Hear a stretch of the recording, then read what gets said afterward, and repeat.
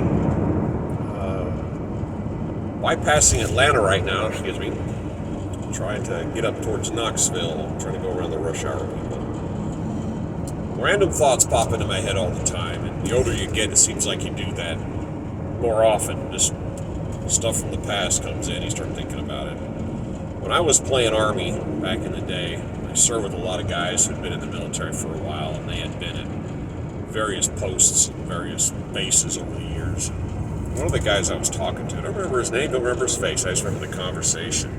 He had been in Korea, and he served on a unit in the DMZ. The DMZ being the border between the North and South Korea.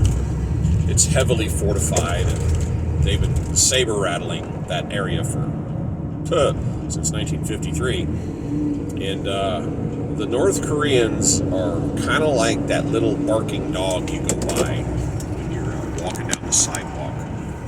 And they like to make noise, they like to saber rattle, and they do maneuvers where they'll take combat units and they'll run up to the border and they'll spread their guns out and their tanks, and they really want to convince you they're about to launch a war. And they do it all the time.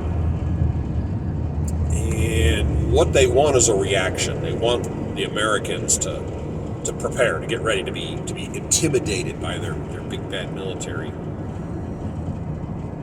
And they did it enough times that the guy in charge, their commander, whatever unit he's with, they got to where they called what the North Koreans were doing was a barbecue. They say, okay, we're having a North Korean barbecue today. And the name came from how they reacted to it. They never did one at night because the North Korean military doesn't really have night fighting capabilities. And it's no fun to put on a display if you don't think the guys on the other side, your opposition, is appreciating it. So you can't do it in the dark because they're thinking, oh, they can't see us. So they always did it during daylight hours, and they always did it early in the morning, so they had the full day to thoroughly and change lanes or don't change lanes, scare everybody. So what their commander would do, they would say, we're having a barbecue. They would literally have a barbecue. They would set up the barbecue pits, they would start cooking, they would throw a baseball around, they would dress in street clothes, they would completely ignore what the North Koreans were doing.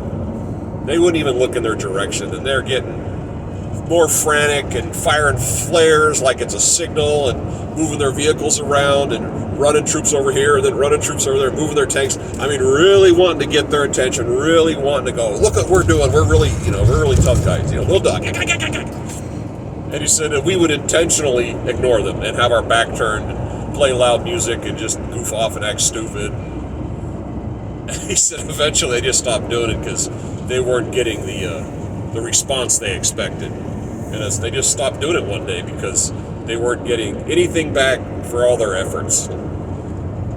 And I don't know why that just, again, popped into my head, but I guess that's a trained response. Oh well, that's what I was thinking about today. All right, take care.